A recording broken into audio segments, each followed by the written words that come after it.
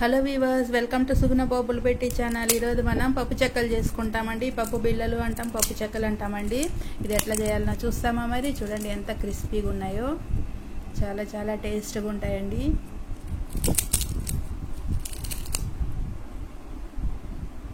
ఇది ఎట్లా చేయాలన్నా చూస్తామా? మరి ఓకే.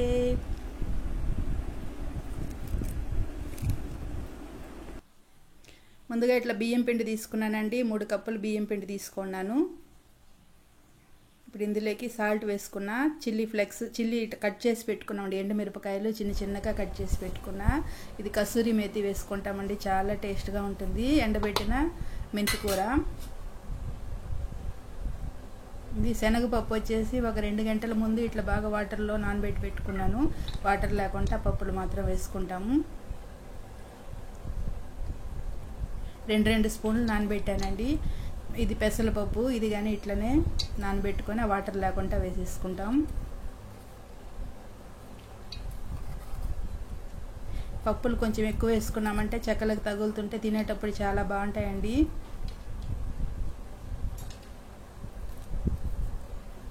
ఇప్పుడు వెన్న తీసుకున్నాను, మన ఇంట్లో చిలికిన వెన్న తీసుకున్నాను. ఇది ఒక 2-3 స్పూన్లు అంతా వేసుకుంటాము. ఇది వేయడం వల్ల మనకి రుచిగానూ ఉంటుంది, మనం తినేటప్పుడు వాసన కానీ చాలా బాగుంటుంది. కొద్దిగా పసుపు వేసుకుంటున్నా.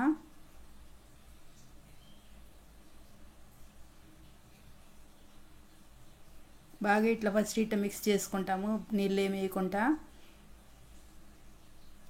ఇట్లా ముద్ద వచ్చేలాగా కలుపుకోవాలి. ముద్ద రాకపోతే ఇంకొంచెం వెన్న వేసుకోవచ్చు. ఇప్పుడు నీళ్ళు వేసుకుంటామండి. మామూలు రూమ్ టెంపరేచర్ వాటరే వేసుకున్నాను. బాగా ఇట్లా ముద్దగా కలుపుకోవాలి గట్టిగా. జారుగా ఉండకూడదండి, జారుగుంటే మనకి చెక్కలు మెత్తబడతాయి. ఇట్లా బాగా ఇట్లా గట్టిగానే కలుపుకోవాలి.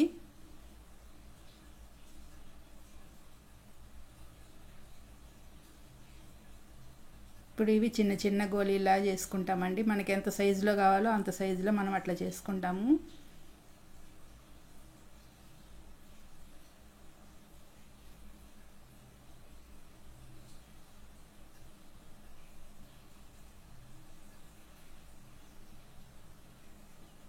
అన్నీ ఇట్లా చేసేసుకున్నామండి. కొద్దిగా ఇట్లా ఒత్తి చేసుకున్నామంటే మనకి చెక్కలు ఒత్తేటప్పుడు ఈజీగా ఉంటుందండి.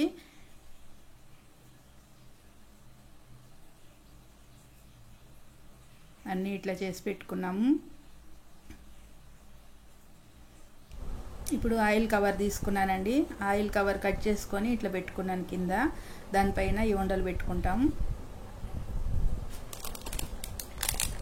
వీటికి పైన వచ్చేసి పాలిథీన్ కవర్ పెట్టుకున్నానండి. మనకు కనపడాలి కదా అది ఎట్లా ఒత్తుతున్నామనేది. దానికని పాలిథీన్ కవర్ పెట్టుకొని ఇట్లా నీళ్ళు చెంబు ఇట్లా ఫ్లాట్గా ఉండేది ఒక చెంబు తీసుకున్నానండి. దాంతో ఇట్లా పెట్టి నొక్కుకోవాలి.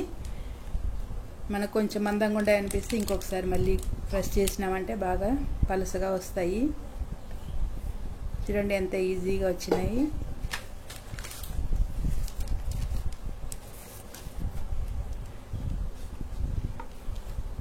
ఒక ప్లేట్లో బటర్ పేపర్ వేసుకున్నానండి. ఇవి అతుక్కోకుండా ఉండాలని ఆ బటర్ పేపర్ పైన ఇవన్నీ తీసి ఇట్లా పెట్టేసుకుంటాము.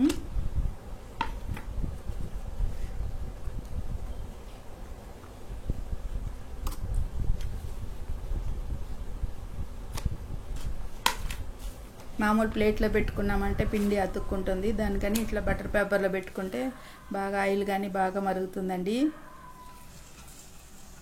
ఇది ఒక్కొక్కటిగా ఇట్లా వేసేసుకుంటాం. ఇప్పుడు వచ్చేసి మంట మీడియంలోనే ఉండాలండి, మరి హై ఫ్లేమ్ అవసరం లేదు. ఇవి సన్న మంటలో వేగితేనే చాలా టేస్ట్గా వస్తాయి. ఫస్ట్ మనం వేసేటప్పుడు బాగా వేడి ఉండాలి ఆయిల్. మళ్ళీ వేసినాక కొద్దిగా తగ్గించి పెట్టుకోవాలి.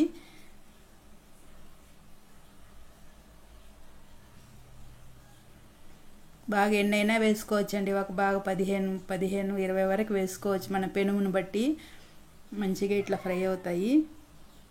1-2 వేసినామంటే మాడిపోతాయండి. ఒకసారిగా ఇట్లా దండిగా వేసుకొని మీడియం ఫ్లేమ్ పెట్టుకొని బాగా ఇట్లా ఫ్రై చేసుకోవాలి.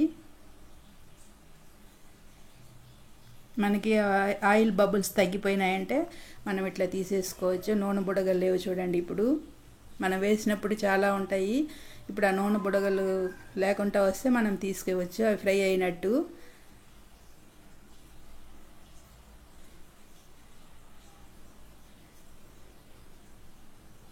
వేడివేడిగా మనకి పప్పు చెక్కలు రెడీ అయిపోయినాయండి, క్రిస్పీ క్రిస్పీగా.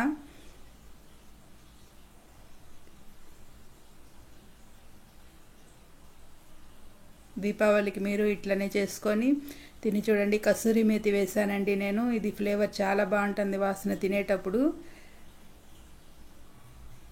ఇట్లనే ట్రై చేసి చూడండి, చాలా బాగుంటాయి. ఓకే వ్యూవర్స్, మన ఛానల్ సబ్స్క్రైబ్ చేసుకోండి, లైక్ చేయండి, మీ ఫ్రెండ్స్కి షేర్ చేయండి. Okay bye.